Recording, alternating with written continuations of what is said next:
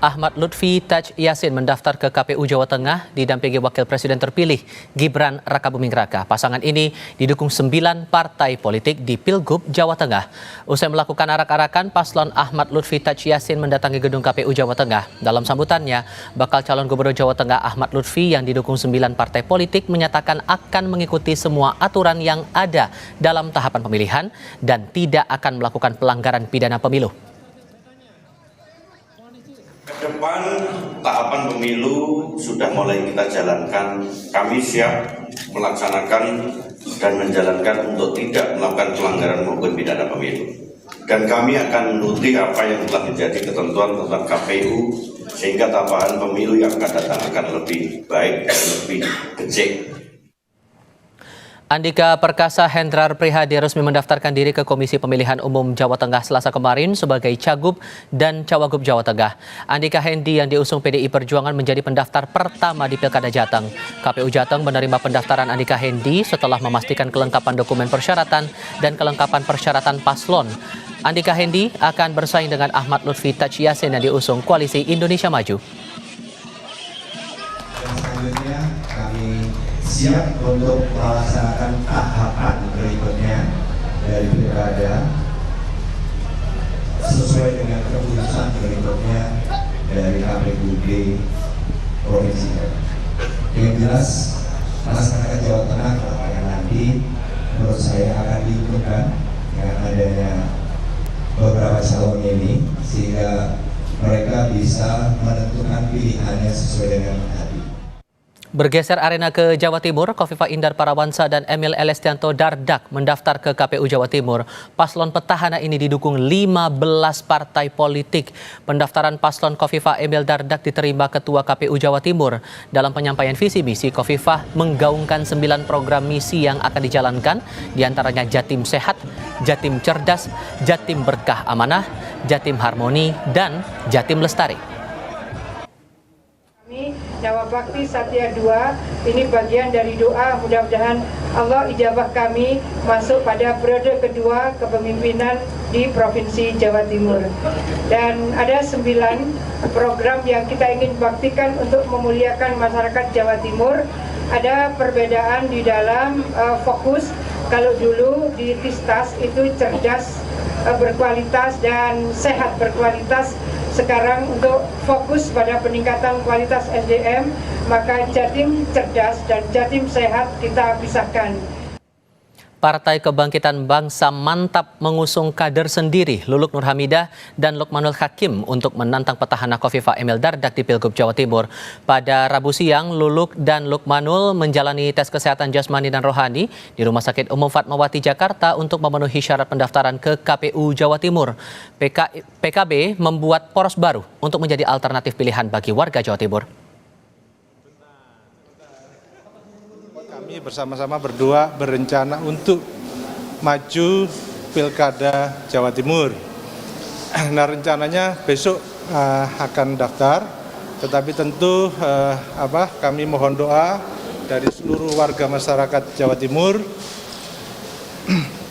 Pada prinsipnya kami berdua akan mencoba melengkapi seluruh dokumen yang dibutuhkan. Bukan hanya turun saat kampanye, tapi besok pendaftaran insya Allah akan mengiringi kita.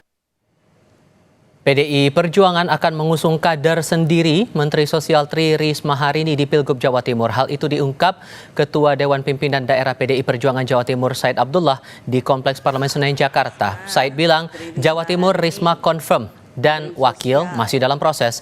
Risma nantinya akan berhadapan dengan Khofifah yang diusung parpol dari Kim dan Luluk Nur Hamidah yang diusung PKB. Kalau Jawa Timur, Ibu Risma insya Allah confirm. Wakilnya?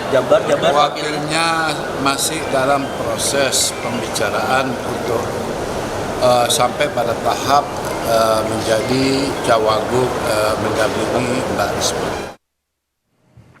Ya, saudara, masa pendaftaran sudah dimulai untuk pemilihan kepala daerah serentak. Kita akan lihat peta politik pilkada di 3 daerah, ada di Jawa Barat, Jawa Tengah, dan Jawa Timur bersama dengan 3 kepala biro Kompas TV. Ada Nugroho Iman Santoso di Jawa Barat, kemudian juga bergabung bersama kami Agus Sutiono di Jawa Tengah, serta Wahid Mukaidori dari Jawa Timur. Teman-teman, selamat malam. Saya mau mulai dulu ke Nugi. Kalau begitu, membaca peta yang ada di Jawa Barat sejauh ini, betulkah kabarnya akan diikuti 3 pasang calon? Nugi?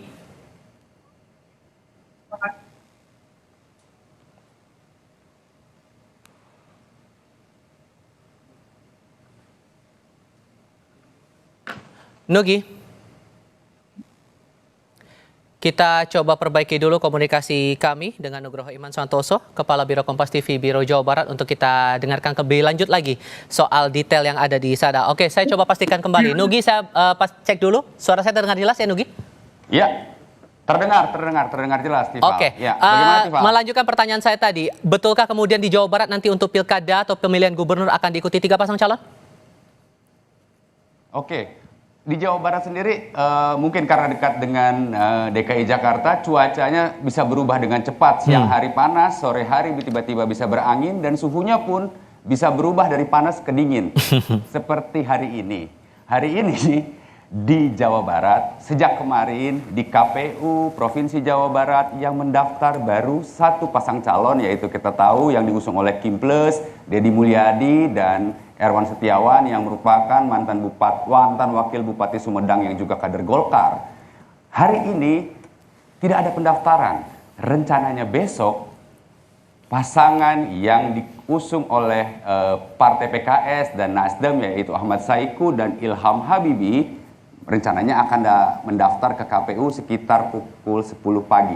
Nah, yang menarik, adakah calon ketiga atau bahkan adakah calon keempat?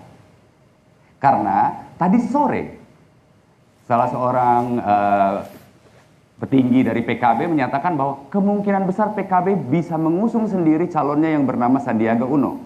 Kalau ini terjadi, maka kemungkinan besar konsolidasi awal di tingkat DPW dan DPD PDIP Jawa Barat dan PKB bisa tidak terjadi, yaitu mereka di tingkat DPD Jawa Barat dan DPW Jawa Barat PKB mengusung Ono Surono yang merupakan ketua DPD-nya bersama Kiai Haji Acep Adang Ruhyat yang merupakan tokoh senior PKB yang juga adik dari Kiai Haji almarhum Kiai Haji Ilyas Ruhyat dan merupakan juga politisi senior dan anggota DPR. Jika ini dalam menit-menit atau jam-jam terakhir kita tunggu, justru episentrumnya sekarang berada di 2 wilayah, yaitu di Menteng dan di Diponegoro. Itu yang sedang kita tunggu, apakah 3 calon atau 4 calon. Jadi masih sangat dinamis sampai saat ini. Tapi kalau dilihat dari perkiraannya, kemungkinan besar PDIP akan bersama dengan PKB, tapi kita belum tahu apakah akan mengusung sesuai dengan apa yang disampaikan dalam kesepakatan antara PDIP dengan PKB di level provinsi, atau akan berubah. Ini yang masih kita tunggu sebetulnya, Tifal. Oke, karena menariknya tadi saya bertemu dengan Jazilul Fawait, Wakil Ketua Umum PKB di Parlemen. Ia menyampaikan bahwa membuka komunikasi dengan Sandiaga Salahuddin Uno.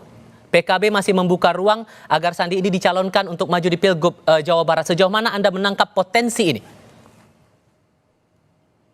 Secara potensi mungkin, tapi buat kami melihatnya Sandiaga Salahuddin Uno memang bukan kader PKB.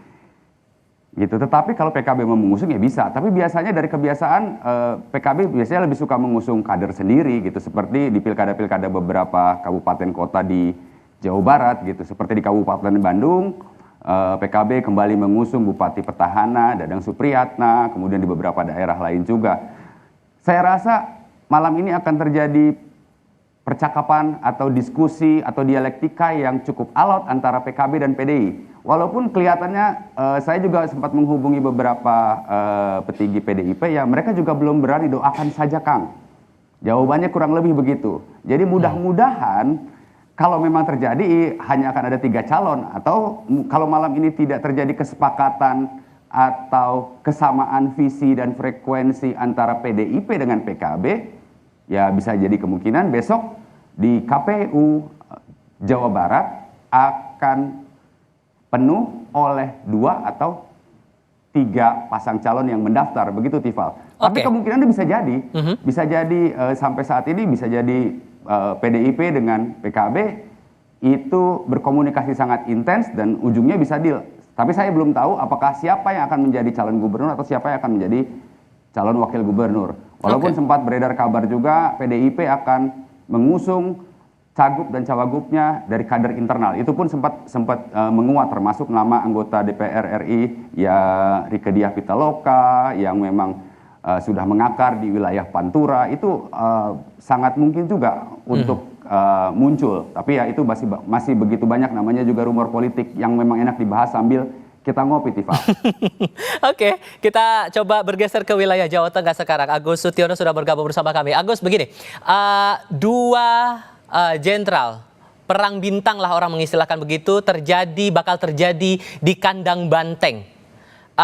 Melihat pola yang muncul untuk pilkada kali ini, apakah kontestasi pilkada ini akan mengulang pola seperti di Pilpres 2024? Ya baik, Tifal. Jadi sebelumnya saya sampaikan bahwa benar nanti pilkada di Jawa Tengah pasti akan seru karena ada 2 jenderal yang berlaga, yaitu Andika Perkasa dari mantan Panglima TNI dan Ahmad Lutfi, mantan Kapolda Jateng. Nah, ada hal yang menarik, Tifal.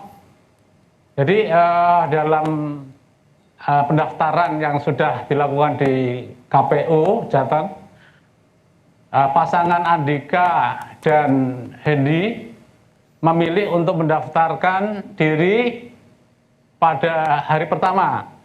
Nah, ini tentu menarik karena Andika Perkasa sendiri baru mendapatkan rekom pada hari Selasa dan keesokan harinya langsung mendaftarkan diri ke KPU.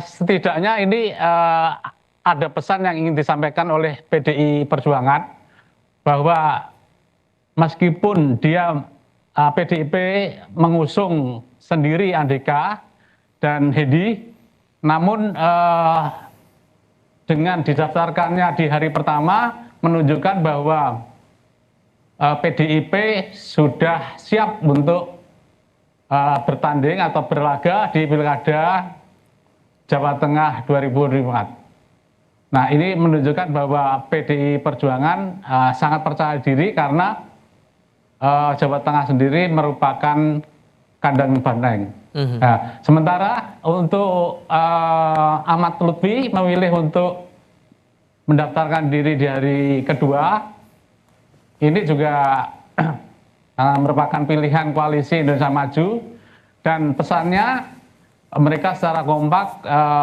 diusung atau